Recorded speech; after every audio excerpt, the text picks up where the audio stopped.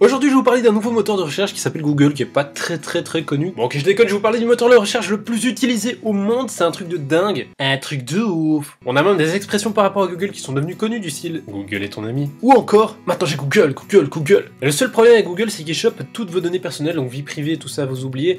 D'ailleurs, Google, c'est absolument tout sur vous, même la couleur du calbar que vous avez en ce moment. Du coup, ce que je vous propose vraiment dans cette vidéo, c'est de découvrir un nouveau moteur de recherche qui s'appelle DuckDuckGo, qui est de plus en plus utilisé et qui a la grosse particularité de ne pas vous espionner, et ça c'est vraiment cool.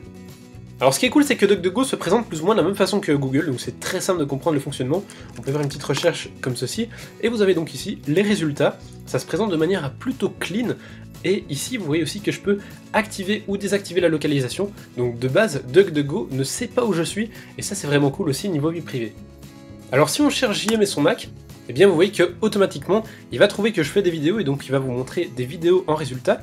Et si on clique sur une, eh bien il va nous proposer de regarder la vidéo ici, c'est-à-dire dans DuckDuckGo sans aller sur YouTube, puisque YouTube, pour ceux qui ne le sauraient pas, ça appartient à Google, et donc vous cassez un peu le truc d'aller regarder sur YouTube, parce que du coup Google sait quand même des trucs sur vous, alors que le principe c'est d'échapper à la suprématie de Google. Donc je peux regarder la vidéo en cliquant juste là, et c'est parti. Comme vous avez pu le voir dans le titre de cette vidéo, on va parler de... Comme sur Google, je peux aussi aller chercher des images pour JM et son Mac, donc je clique simplement sur Images, et là il m'affiche des trucs un peu spéciaux.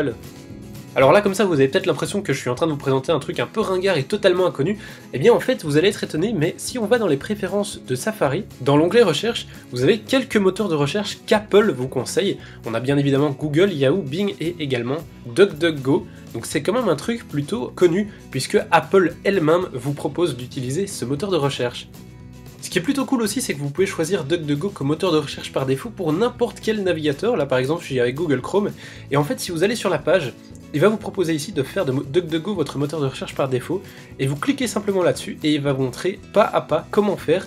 Donc ça c'est vraiment cool, vous pouvez donc le faire pour Google Chrome, Safari, Firefox et plein d'autres navigateurs.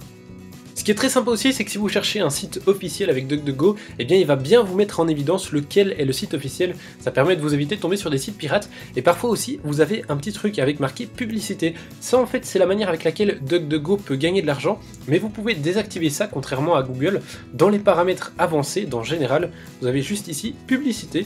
Si on met ça à off, eh bien vous n'aurez jamais de publicité sur DuckDuckGo.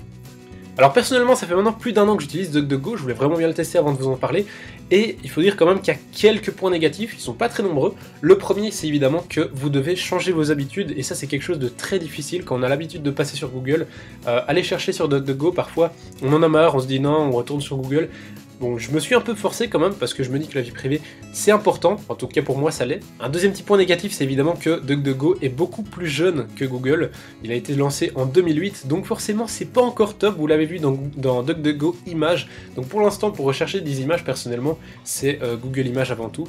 Donc ça c'est pas encore top. Et on a bien sûr le fait aussi que Google vous propose énormément de services en plus qu'un simple petit moteur de recherche, mais ça fait bien évidemment partie de la stratégie de Google, à savoir vous garder un maximum de temps sur Google pour vous choper un maximum de données personnelles. Au niveau des points positifs, on a bien évidemment le fait qu'il ne suit pas ce que vous faites, vous êtes totalement anonyme sur DuckDuckGo, et ça je trouve ça génial. On a un design qui est très sympa, ça fait pas du tout un truc de geek un peu dégueulasse, c'est plutôt bien foutu. Et puis un dernier petit point positif évidemment, c'est le fait que Apple vous propose d'utiliser DuckDuckGo, que ça soit sur votre Mac ou sur votre iPhone, iPad, iPod, n'importe quoi. Vous pouvez utiliser DuckDuckGo par défaut, et donc ça leur a permis d'avoir bientôt 10 millions d'utilisateurs et déjà 3 milliards de recherches pour l'année précédente, ce qui est vraiment pas mal. En tout cas moi j'espère que cette vidéo vous a plu, n'hésitez pas à laisser votre avis sur DuckDuckGo dans les commentaires, et pensez à aller faire un petit tour sur ma page Facebook. Ciao.